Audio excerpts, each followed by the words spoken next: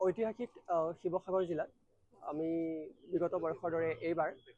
আমাৰ জাগৰণ the rising San আৰু বালাৰ ক্ৰমেটিক পত্ৰিকাৰ তৰফৰ পৰা আমি আয়োজন কৰা সদৌ অসম ভিত্তিক স্কুল কুইজ প্ৰতিযোগিতা চেপিয়েনছিয়া 2.0 আজি খুব সুন্দৰকৈ আয়োজন কৰিছোঁ আৰু তাৰ বাবে অসমৰ বিভিন্ন প্ৰান্তৰ স্কুলসমূহৰ পৰা যথেষ্টখিনি সঁহাৰি আমি লাভ কৰিছোঁ আৰু এই কাৰ্যত আমাক বিভিন্নজনে বিভিন্ন ধৰণে সহায় সহযোগিতা আগবঢ়াইছে আৰু যেহেতু বিশেষকৈ এখন স্কুল কুইজ প্ৰতিযোগিতা গতিকে ইয়াত আমাৰ দ্বাদশ শ্ৰেণীলৈকে ছাত্ৰ ছাত্ৰীসকলে অংশগ্ৰহণ কৰিছে আৰু কণমানিসকলৰ কাৰণে আমাৰ এখন লিখিত কুইজো হৈ আছে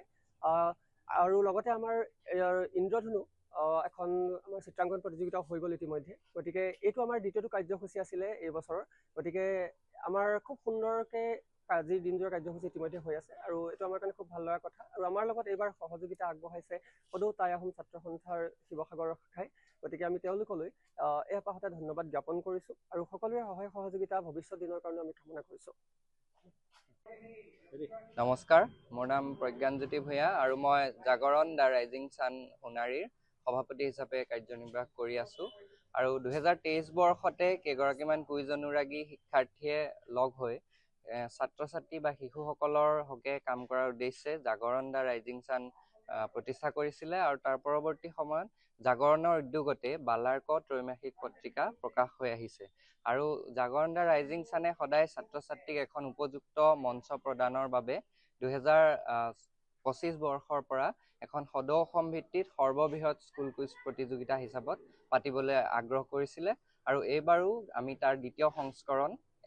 আজি সম্পন্ন কৰিবলৈ সক্ষম হৈছোঁ আৰু এই দ্বিতীয় সংস্কৰণত চেপিয়েনছিয়া 2026 নামৰ এই কুইজখনত 26টাকৈ দলৰ অংশগ্ৰহণে আমাক উৎফুল্লিত কৰিছে আৰু পৰৱৰ্তী সময়তো আমি ছাত্ৰ ছাত্ৰীৰ বৌদ্ধিক উৎকৰ্ষ সাধন শিক্ষাৰ ক্ষেত্ৰত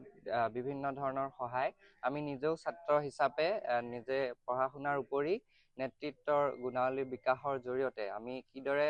গ্ৰামাঞ্চলৰ বা বিভিন্ন অঞ্চলৰ অনগ্ৰসৰ শিশুসকলৰ কাৰণে কাম কৰিব পাৰোঁ তাৰ চেষ্টা সদায় কৰি যাম আৰু সেই উদ্দেশ্য আগত ৰাখি এইবাৰ কুইজখনিৰ লগতে সম্ভাৱনাৰ সঁফুৰা শীৰ্ষক এখন সদৌ অসমৰ ছাত্ৰ ছাত্ৰীৰ বাবে মুকলি বক্তৃতানুষ্ঠানৰ আয়োজন কৰা হৈছে। সেই বক্তৃতানুষ্ঠানত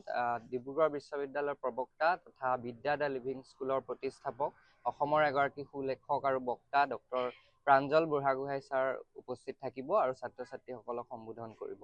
মই আশা কৰিছোঁ যে শিৱসাগৰ নগৰৰ ছাত্ৰ ছাত্ৰীসকল তেওঁৰ যি সাম্প্ৰতিক বিষয় এটিৰ ওপৰত তেওঁৰ যি বক্তৃতা বা তেওঁৰ সৈতে যি কথোপকথন তাৰ দ্বাৰা বহু পৰিমাণে লাভান্বিত হ'ব আৰু ভৱিষ্যত দিনতো আমি সদায় ছাত্ৰ ছাত্ৰীৰ হকে আমি নিস্বাৰ্থভাৱে কাম কৰাৰ বাবে অগ্ৰসৰ হ'ম। ধন্যবাদ।